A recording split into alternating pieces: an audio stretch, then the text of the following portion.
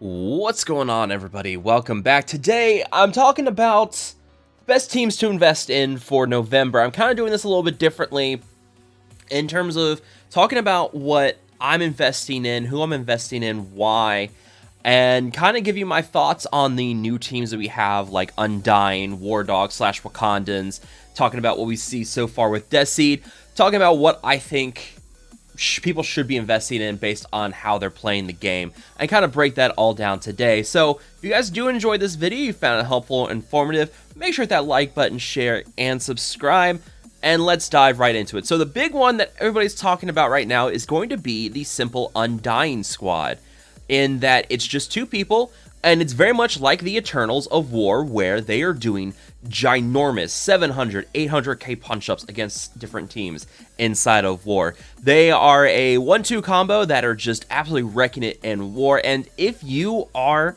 at all invested in War, this is a team you really should be pursuing. Hela is a character that we've had for quite a while, so, you know, if you've been playing for a while, you've probably got her built up. She is in Villain 7.6, and she will be in the new hard campaign, which I believe goes live tonight.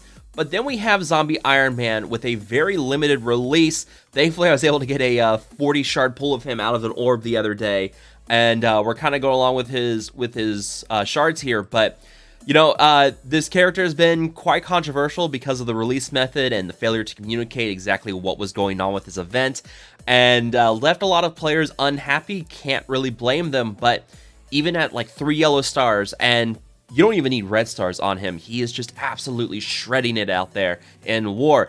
But this is very much a War team. Like, for instance, if you go through and look at it, there's a lot of War offense bonuses here, like the mind control attacking characters.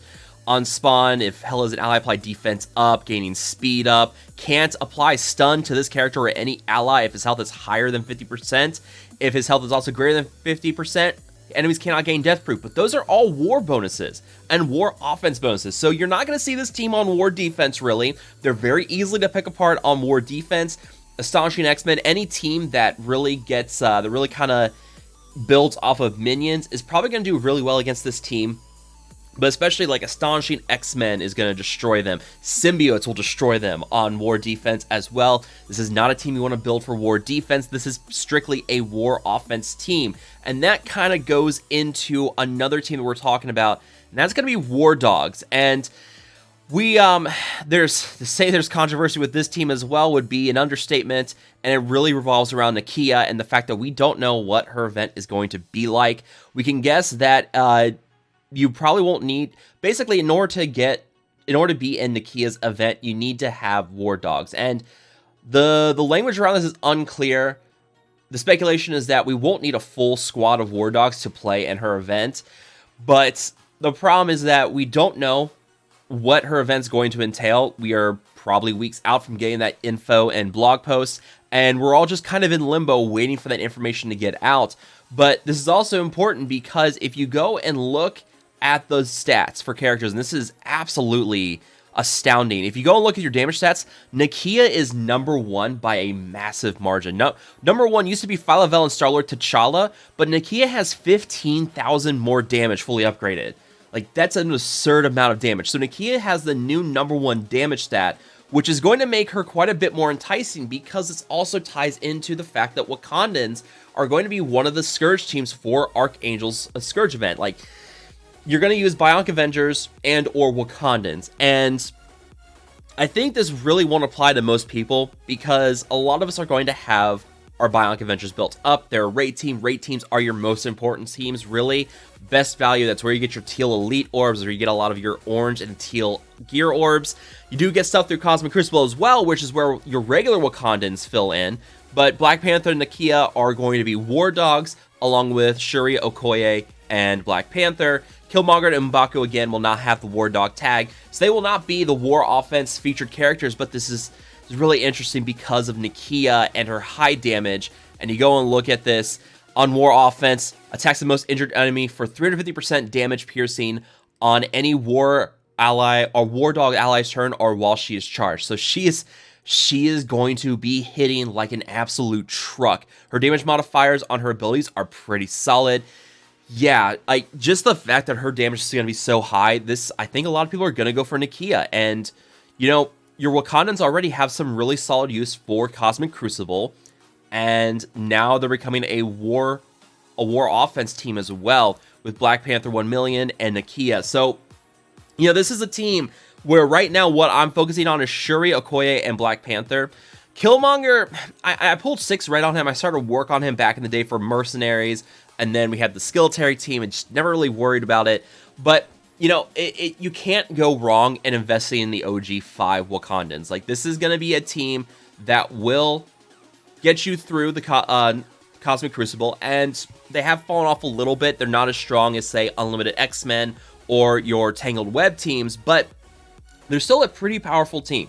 They're still going to get you pretty far. They're still a pain to face in War and Cosmic Crucible, and they're a decent War defense team as well. And we'll see how Black Panther 1 million and Nakia help fill them out for War offense, but this is a team that's going to be able to take on the likes of Dormhold. It's going to probably be able to compete with Gamma based on how things go there. We'll see how things fill out with Gamma, but you know, this is a team where maybe you switch out a couple characters, you throw in Undying, and you have a team that just wipes the floor with Gamma. We'll see how it pans out. But yeah, this is a team that, if you're going for War, Nakia and Black Panther 1 million, definitely going to fill in from Killmonger and M'Baku. But if you're more focused on Cosmic Crucible, Killmonger and M'Baku are going to be better. And, you know, I do have to mention, like, the Death Scourge coming up with Archangel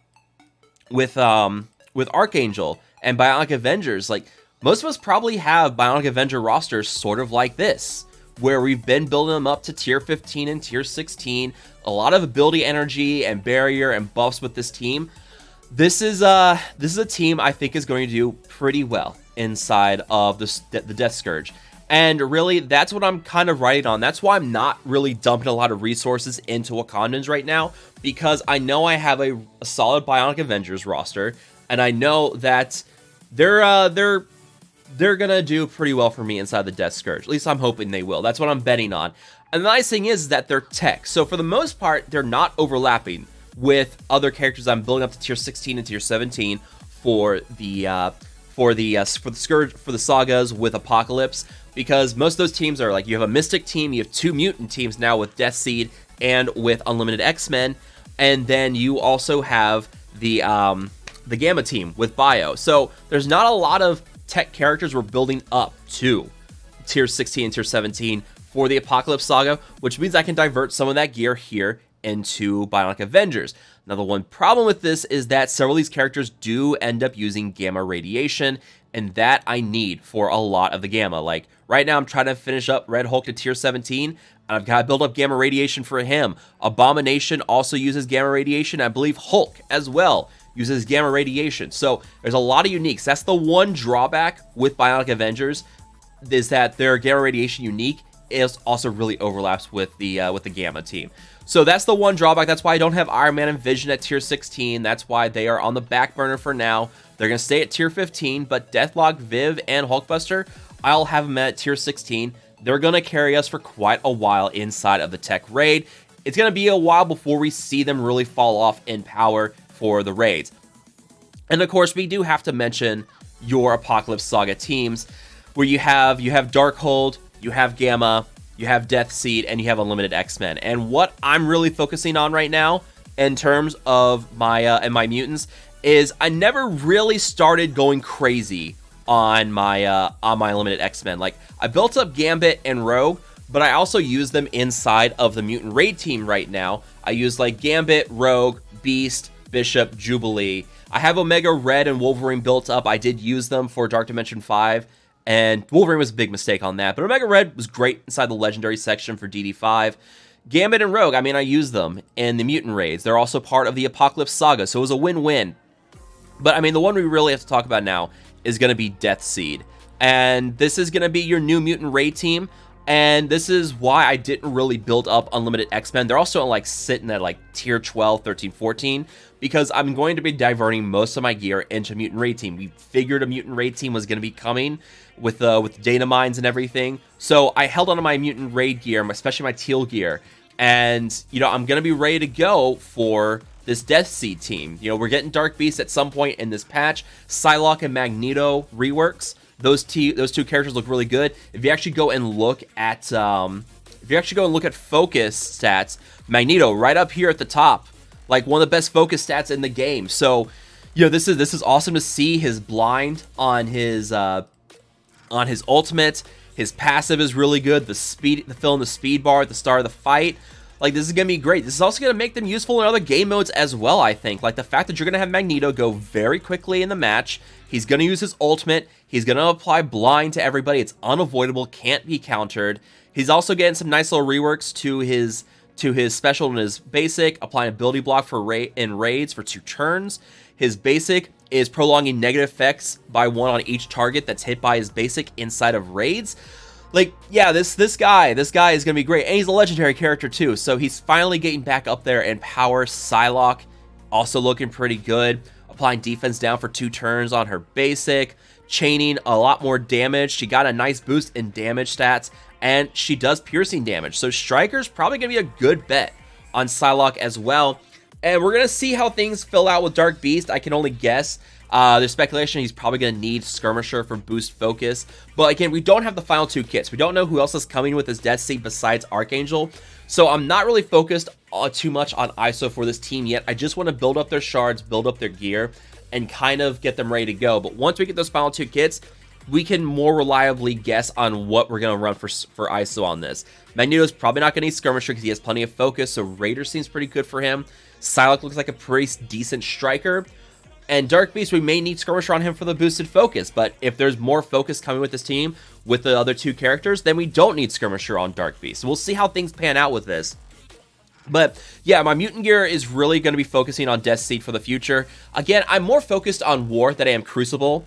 So, I'll get Unlimited X-Men built up eventually, but Mutant, again, the raids are far more important for me and should be more important for most people.